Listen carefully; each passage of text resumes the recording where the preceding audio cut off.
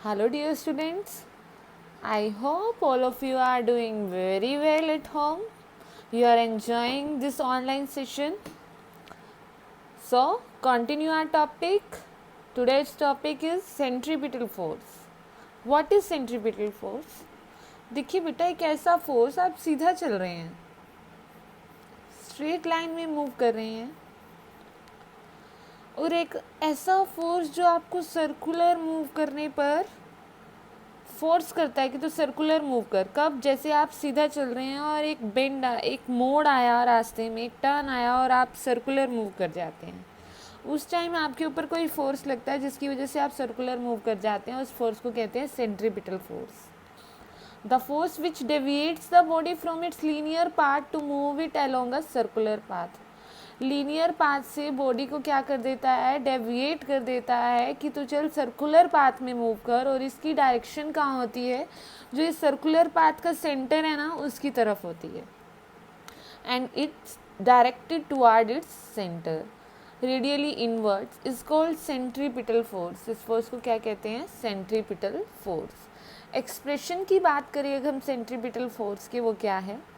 Consider a body of mass M having uniform circular motion. Consider कर लिया एक body जिसका मास एम है, यूनिफॉर्म सर्कुलर मोशन में मूव कर रहा है। Let R be the radius of the circle, R उस सर्कल की रेडियस है, which along which the particle moves. देखिए अब इस सर्कुलर पाथ में जिसमें पार्टिकल मूव कर रहा है, लेट कर लिया आर इसकी रेडियस है, एम उस पार्टिकल का मास है। सेंट्रीपिटल एक्सेलरेशन का फॉर्मूला क्या है बेटा? A is equal to V square upon R. इस सर्कुलर एक्सेलरेशन का formula V square upon are. अब सेंट्रीपिटल फोर्स निकालेंगे। फोर्स का फॉर्मूला आपको पता है, mass into acceleration. Mass M, acceleration क्या है? V square upon R. Force क्या हो गया? M we square upon R. If omega is the angular velocity, अगर ओमेगा वो एंगुलर वेलोसिटी ले रहे हैं हम सर्कुलर वाली, तो रिलेशन क्या होता है लीनियर वेलोसिटी और एंगुलर वेलोसिटी में? v जो हमारी लीनियर वेलोसिटी किसके इक्वल होगी? ओमेगा आर के।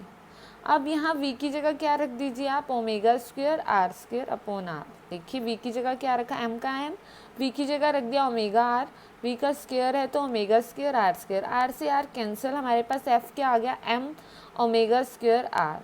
अब आप सबको पता है ओमेगा किसके इक्वल होता है? 2π/t के, 2π/t के। इस ओमेगा की वैल्यू यहाँ रख देते हैं हम। f is equal to m 2π/t का स्क्वायर आर। सॉल्व कीजिए, 4π² upon T square M are.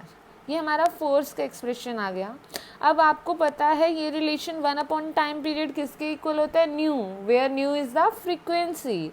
Class 9th में किया है बेटा। 1 अपॉन टाइम पीरियड किसके इक्वल होता है? न्यू के। न्यू फ्रीक्वेंसी है, टी टाइम पीरियड है। तो एफ का रिलेशन क्या आ गया? अगर हम न्यू के साथ निकालेंगे तो 4π² एम आर ओमेगा स्क्वायर। अब आगे देखिए बेटा, फोर्स हमारे पास 4 रिलेशन निकाले हमने सेंट्रीपिटल फोर्स के। फर्स्ट आया M we square upon R, second आया M R omega square, third आया 4π² M R upon T square, 4π² M R nu square. अब इनमें से जो जो टर्म्स आपको गिवन होंगी उस हिसाब से आप वो फॉर्मूला लगा लेंगे न्यूमेरिकल सोल्व करने के लिए। नेक्स्ट हमारे पास फोर्स है बेटा सेंट्रीफ्यूगल फोर्स। अब सेंट्रीफ्यूगल क्या है? वो सेंट्रीपिटल था, ये फ्यूगल है। क्या डिफरेंस है दोनों में? एक फोर्स जो टेंड करता है बॉडी को टू मूव कर particle of the rotating frame away from the axis of rotation, कि आप जहाँ मूव कर, पहले तो क्या था सेंट्रीपिटल फोर्स क्या कर रहा था कि सर्कुलर की तरफ मूव करो, पर जहाँ मोशन हो रही है उससे दूर की तरफ वापस जाओ भाई, उससे दूर जाओ, उससे अपोजिट डायरेक्शन में जाओ, तब जो फोर्स लग रहा है उसे कहते हैं सेंट्रीफ्यूगल। सेंट्रीफ्यूगल फोर्स का मैग्नीट्यूड हमेशा इक्वल होता है सेंट्रीपिटल फोर्स के। फॉर्मूला वही रहेगा, m we square upon are. अब कहाँ कहाँ यूज़ करते हैं आप देखिए इसके एप्लीकेशन। जैसे आप देखिए मक्खन निकाल रही होती है जब आपकी मदर, बटर निकालते हैं, चर्निंग ऑफ क्रीम, क्रीम से ऐसे चर्न कर रहे होते हैं, तो मक्खन बिल्कुल, अगर मिक्सी बीच में घूम रही है और मक्खन साइडों पे आ जाता है, मक्खन उस सर्कुलर मोशन से दूसरी साइड अपोजिट साइड से चला जाता है। सिमिलरली जब आप कपड़ों को सुखा रहे होते हैं ड्रायर में, कपड़े सूखते कैसे हैं? ड्रायर में आपने जब देखेंगे, आप देखिए अभी लाइव जब मम्मा कपड़े धोएंगे तो आप देखना इसे कि जब कपड़े धुल रहे होते हैं ड्रायर में, मशीन में जब कपड़े धुल कर ड्रायर हो रहे होते हैं, वो मतलब सुखा रही होती है जब आपकी मदर, तो कपड़े बिल्कुल साइड्स पे हो जाते हैं। ड्रायर सर्कुलर मूव कर रहा है और कपड़े उसकी साइड की पर बिल्कुल ड्रायर की साइड पे चिपक जाते हैं, क्योंकि मोशन तो इनसाइड हो रही है लेकिन मोशन के अपोजिट में वो सब चला जाता है, क्योंकि वहाँ सेंट्रीफ्यूगल फोर्स लग रहा है। अब नेक्स्ट है हमारे पास motion of a vehicle on a level circular road.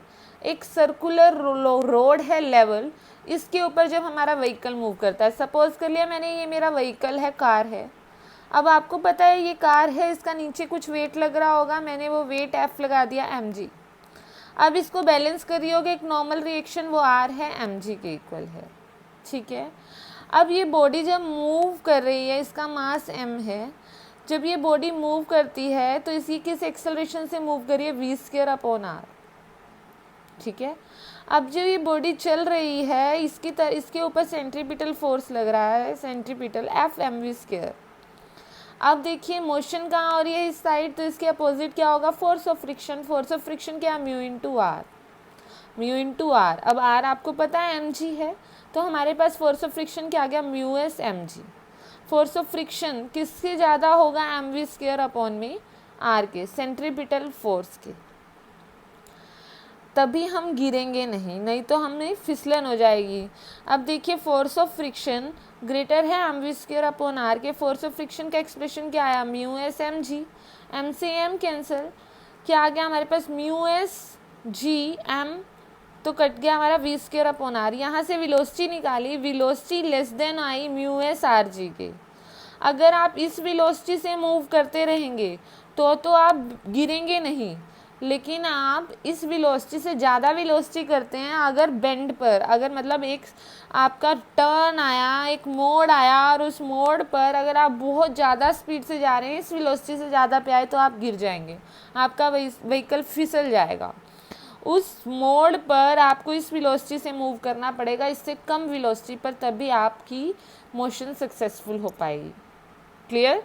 Thank you.